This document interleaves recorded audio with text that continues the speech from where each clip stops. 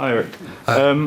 It's a big game tomorrow. Any players going to be back available? And how's Marcus and Johnny Evans after the derby? So that's the good news. They recovered after the derby, so they are available. And for the rest, it's the same squad, apart from Forson. He dropped out. He has an injury. These issues don't really seem to show any signs of decreasing. When are you expecting players back? I mean, someone like Mason Mount, we haven't heard a timescale for a while. Harry Maguire, and Bissaka, people like that. Mason Mount, I think he's in a good spell now, and he will return shortly. I think after the international break. Is there anybody else set to return? Yeah, for next week. I think some players are planning to return. Hopefully, when the process will continue like it's now, Harry Maguire, and Bissaka, I expect them to be back and to be available for our game against Liverpool. Hojlund as well? Hojlund, similar, yeah. Erik, you're 11 points off the top four now. Obviously, last year you won a trophy, you qualified for the Champions League. That was considered a successful first season. Do you need to do one of them things again this year to stop this season becoming a failure? We want to be successful. We needed to be successful, but sometimes seasons are going like we are now in, but we don't accept that. We will fight. We have had problems. We still have problems in our squad, with injury-wise. But with the players who are available, we will fight for it. We have to win every game. And we go into every game. It doesn't matter who is the opposition. We go for winning. With 11 games left to play, obviously results are always important. But what's more important to you over this period? Is it getting the results that you so desperately need, or do you need to show the performances between now and the end of the season to convince everyone, the supporters, maybe even the owners, that the project's still going in the right direction? The project is going in the right direction when we have the players available.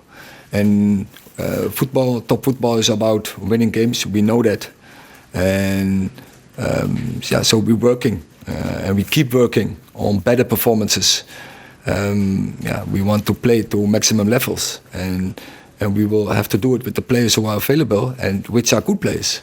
It's only in some key positions you miss players who are very they have a very high impact on the way we want to play. Just following up on that then, Erik. You talked about with the players who've been missing all season, and you talked about last season you had consistency in your team previously. Do you feel your team's under or overperformed this season, considering everything you've been faced? But no team can't deal with this with so many injuries. And I think we're playing to maximum levels if you take in respect and the availability of the players. So when you miss so many key players over many part of the season, then obviously the results, the performances will not that be when the players are available. And we have seen when the players were available, like in January, February, our performances were very good.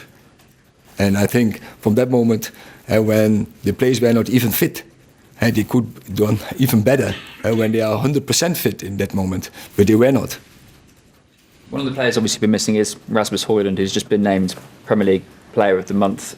How frustrating is it that he's been out when he was finding great form, and how much have you missed him? Yeah, but a lot, but I have to do it, and we have to do it with the players who are available. And so I will never complain about that. And so we work through this game with the players who are available, and we have to get the best out of it. And that is our aim. Yes.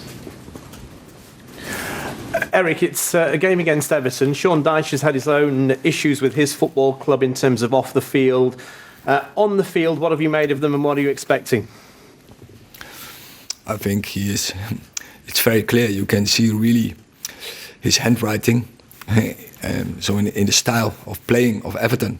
And he has done that very good. On the moment he took over last season, he made them very fit. So it's a very good structure in his team. So it's a very good team, and we know what to do to beat them. Last question in this section, Andy.